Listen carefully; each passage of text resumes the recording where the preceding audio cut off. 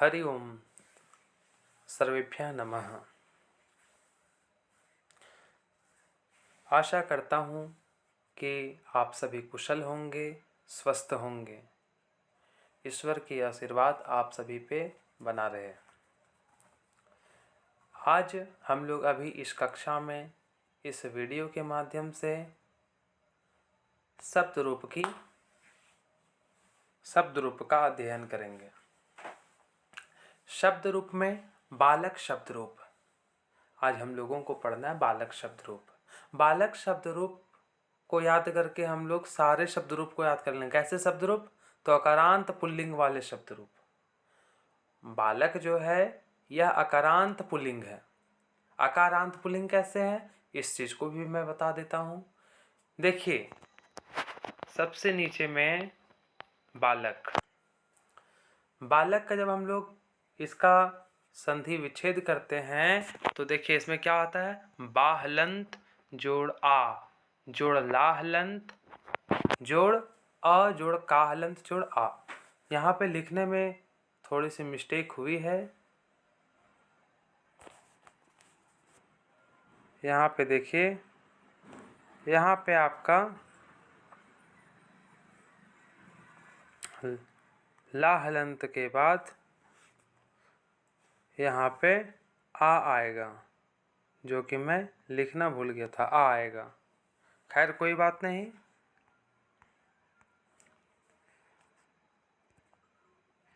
ये आपका बालक शब्द रूप जो है, तो अकारांत पुल्लिंग कैसे है तो इस चीज को मैंने बताया कि बालक शब्द का अंतिम अक्षर जो है तो क्या रहा है, आ रहा है। बालक का जब हम लोग अभी विच्छेद किए थे तो क्या था, बाहलंत जोड़ आ जोड़ लाहलंत जोड़ आ जोड़ काहलंत जोड़ आ। तो आ लास्ट में है, अंतिम वर्ण आ है, तो इसलिए अकारांत हो गया। बालक शब्द से हमें किसी पुरुष का बोध हो रहा है कि बालक कोई पुरुष होगा, तो इसलिए यह पुल्लिंग हो गया, तो अकारांत पुल्लिंग। तो इस प्रकार से अन्य जितने भी शब्द आएंगे जो अकारांत पुल्लिंग होंगे उसको हम लोग आसानी से याद कर सकते हैं। बहुत सारे बच्चे कहते हैं कि सर शब्द रूप याद नहीं होती है। तो याद नहीं होती है तो हर बीमारी का इलाज है, उसी प्रकार से पढ़ाई में भी हर चीज़ का इलाज है। जहाँ भी समस्या होती है उसका निराकरण निकाला जाता है शिक्षकों के द्वारा। तो मैं एक उपाय ढूंढा हूँ जिसके माध्यम से बच्चों को और बड़ों को, जो भी जिन्हें भी शब्द रूप याद करने में समस्या होती है, कठिनाई होती है, तो वे कठिनाई को मैं दूर कर दूंगा। बहुत ही आसान तरीके से, बहुत ही कम समय में अकारांत पुल्लिंग शब्द रूप को याद कर लेंगे, सीख जाएंगे, लिखना सीख जाएंगे, बोलना सीख जाएंगे, इसकी मैं गारंटी लेता हूँ। हाँ, किंतु आप लोगों को वीडियो के अंत तक बने रहना पड़ेगा और ध्यान पूर्वक इसका श्रवण करना पड़ेगा, क्योंकि जब तक हम लोग एकाग्रचित होकर के ध्यान पूर्वक किसी चीज का अवलोकन नहीं करेंगे, अध्ययन नहीं करेंगे, तब तक हमें सफलता प्राप्त नहीं होगी। तो हाँ, देखिए, मैं जो हूँ सो आज आप लोगों को बालक शब्द रूप गीत के माध्यम से याद करवाऊंगा। गीत के माध्यम से, गायन पद्धति से जब याद करेंगे तो आसान तरीके से, आसानी से, बहुत ही जल्द से याद कर लेंगे हम लोग। तो याद करने के लिए जो मैं तरीका अपनाने जा रहा हूँ, बतलाने जा रहा हूँ, इसे आप लोग पहले श्रवण कीजिए, उसके बाद मैं समझाऊंगा, उसी के अनुसार आप लोग इसको दोबारा से अभ्यास कीजिएगा। तो क्या है गायन का माध्यम?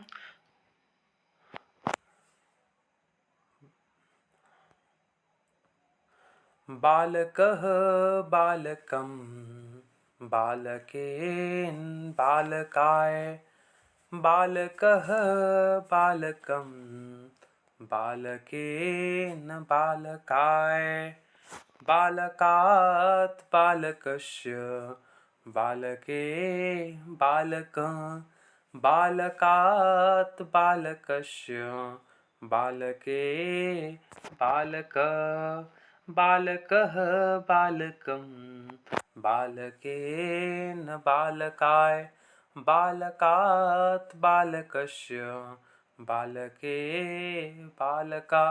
देखिए, याद करने का यह तरीका है कि आपको सबसे पहले प्रथमा विभक्ति, ये एक वचन बालक शब्द रूप का एक वचन याद करना पड़ेगा, उसके बाद बहुवचन और द्विवचन बहुत ही आसान है। कैसे आसान है उसको मैं बताऊंगा। सबसे पहले एक वचन को याद करना है तो प्रथमा द्वितीया तृतीया चतुर्थी, चतुर्थी विभक्ति तक बालकः से लेकर के बालकाय तक इसको 10 बार पढ़िए। जिस गीत के माध्यम से मैं पढ़ा उसी प्रकार 10 बार पढ़िए। उसके बाद बालकात से लेकर के संबोधन का हे बालक तक इसको 10 बार पढ़िए, 20 बार हो गया। उसके बाद में दोनों मिला करके बालक से लेकर के हे बालक, जैसे बालकः बालकं बालकेन बालकाय बालकात् बालकस्य बालके बालक, यहाँ से लेकर के लास्ट तक 10 बार पढ़िए। तो ये प्रथमा से चतुर्थी तक 10 बार, पंचमी से संबोधन तक 10 बार, फिर प्रथमा से लेकर के संबोधन तक 10 बार। इस प्रकार कितना हो गया? 30 बार हो गया। ठीक है।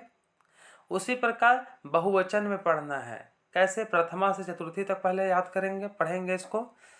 बालकाः बालकान् बालकः बालकेभ्यः बालकाः बालकान् बालकः बालकेभ्यः बालकेभ्यः बालकानां बालकेषु बालकाः बालकेभ्यः बालकानां बालकेषु बालकाः।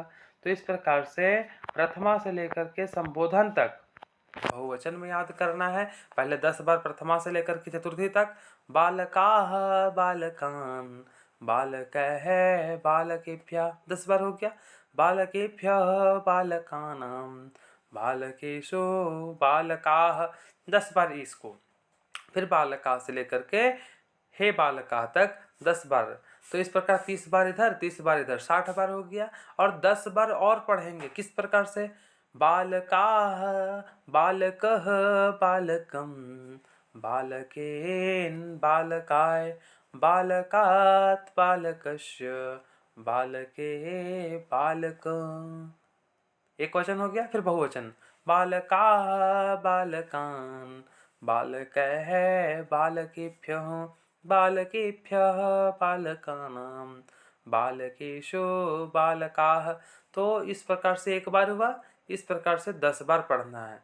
तो 30 बार एक वचन में, 30 बार बहुवचन में, फिर एक वचन बहुवचन मिला करके 10 बार। तो इस प्रकार से कितना हो गया?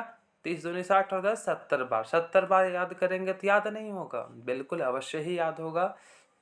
लेकिन हाँ, इसके लिए हमें एकाग्रचित होकर ध्यानपूर्वक इसको गायन के माध्यम से याद करना पड़ेगा। तो बिल्कुल अवश्य याद हो जाएगा। बालक शब्द रूप यदि आपको याद होता है तो आप अकारांत पुल्लिंग में किसी भी शब्द रूप को याद कर सकते हैं और अन्य दूसरों को भी इसी प्रकार याद करवा सकते हैं। तो देखिए, एक वचन और द्विवचन को बहुवचन को मैंने बता दिया। हाँ, इसमें प्रश्न उठ सकता है कि सर हे बालक है और हे बालकाः, एक वचन और बहुवचन संबोधन में आप हे शब्द छोड़ दिए। तो देखिए, गायन के माध्यम से मैं पढ़ा रहा हूँ तो यहाँ पे गीत है। तो गीत को एक अच्छा लय सुर देने के लिए, गीत को अच्छे तरीके से गाने के लिए हे शब्द का मैंने लोप कर दिया। बाकी आपको समझ जाना है कि कहाँ पे कौन सी मात्रा लगी है। जैसे बालकः में विसर्ग है, बालकः में माँ हलंत है, तो और संबोधन में हे शब्द का प्रयोग होता है। तो आपको मात्राओं का प्रयोग बहुत ही अच्छे प्रकार से करना पड़ेगा। इसके लिए आपको जब आप पढ़ेंगे तो पढ़ते वक्त ध्यान रखना कि कहाँ पे कौन सी मात्रा पड़ी हुई है, कहाँ विसर्ग है, कहाँ हलंत है। क्योंकि बच्चे अक्सर साधारणतः यही गलती करते हैं जिसके कारण उनका नंबर कटता है एग्जाम में। तो इस चीज़ को ध्यान रखना है कि विसर्ग, हलंत, इन सभी का लिखते वक्त ध्यान रखना है। ऐसा नहीं कि याद हो जाए लिखने में गड़बड़ हो, ऐसा नहीं होना चाहिए। पढ़ने के साथ साथ लिखने की भी दक्षता होनी चाहिए, अर्थात जब भी पढ़े तो ध्यानपूर्वक देखें। तो देखिए, एक वचन और बहुवचन को मैंने बता दिया। द्विवचन बहुत ही आसान है। कैसे आसान है? इसको गीत के माध्यम से नहीं गाना है। देखिए, मैंने हाईलाइट किया हुआ है इसको। बालको बालको द्विवचन में है ना, प्रथमा द्वितीया में। बालकाभ्याम बालकाभ्याम बालकाभ्याम तृतीया चतुर्थी पंचमी में है। फिर षष्ठी सप्तमी में बालकयो, बालकयो और संबोधन में है हे बालको, अर्थात वही बालको एक वचन में जो आपका प्रथमा विभक्ति द्विवचन में बालको ऊपर में है, वही यहाँ पे संबोधन में आ गया है। नीचे संबोधन में प्रथमा विभक्ति का एक वचन द्विवचन बहुवचन वाला ही सेम उतर गया, बालक बालक बालको बालकाः। बस केवल हे शब्द सभी में एक्स्ट्रा जुट गया है। हाँ, थोड़ा सा परिवर्तन और हुआ है कि प्रथमा एक वचन बालकः में का में विसर्ग लगा हुआ है, लेकिन यहाँ पे संबोधन में नहीं होगा, तो इसी चीज को बस ध्यान रखना है। और हाँ, द्विवचन में क्या है, कुछ नहीं है। प्रथमा द्वितीयम बालकौ, तृतीय चतुर्थी पंचमी में बालकाभ्याम, षष्ठी सप्तमी में बालकयोः। तो इसमें मुख्य रूप से 3 याद करना है, बालकौ, बालकाभ्याम, बालकयोः। तो इस प्रकार से बालक शब्द रूप आप याद कर लीजिएगा, तो आप आगे किसी भी शब्द रूप को याद कर सकते हैं। कैसे, तो देखिए जैसे मैंने इसको तोड़ करके अभी आपको बताया कि बालक में बा हलंत जोड़ आ जोड़ ला हलंत जोड़ का जोड़ आ है, तो अंतिम वर्ण यहाँ पे आ है, तो इस प्रकार से ये आपका क्या हो गया, आ है, अर्थात ये अकारांत। आकारांत किसे कहता है, मतलब अ जिसके अंत में हो, जिस शब्द के अंत में, जिस पद के अंत में आ हो उसे अकारांत कहते हैं। और उस शब्द से जिस चीज का बोध हो, जिस लिंग का बोध हो, बालक शब्द से किस लिंग का बोध हो रहा है, पुल्लिंग का बोध हो रहा है, पुरुष का, कि बालक कोई पुरुष है, तो इस प्रकार से यह पुल्लिंग अकारांत पुल्लिंग हो गया। देखिए इसमें जैसे राम है, राम में रा हलंत जोड़ आ जोड़ मा हलंत जोड़ आ है, माँ में भी आ रहा है ना, ऐसे उच्चारण भी हम लोग करते हैं राम, तो देखिए माँ आ रहा है, माँ आ रहा है, ना में भी आ रहा है, तो उच्चारण करते हैं उस वक्त भी आ आता है।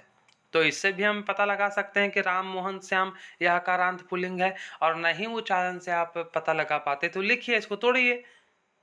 जैसे रा हलंत जोड़ आ जोड़ माँ हलंत जोड़ आ, अंत में आ रहा है, अ है, ह्रस्व आ है, छोटी आ है, इसलिए अकारांत हो गया।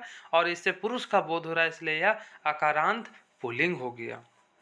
तो इस प्रकार से बालक याद करते हैं तो राम मोहन श्याम घनश्याम किसी भी शब्द रूप को याद कर सकते हैं। जैसे देखिए मैं राम का भी आपको पढ़ करके इसमें बता देता हूँ। राम रामम रामेण रामाय रामात रामस्य रामे राम, हो गया। इसी प्रकार याद करना है, बिल्कुल याद हो जाएगा। और हाँ, यदि आप लोगों को यह तरीका अच्छा लगा, याद हो जाता है, तो आप कमेंट करके बताएं।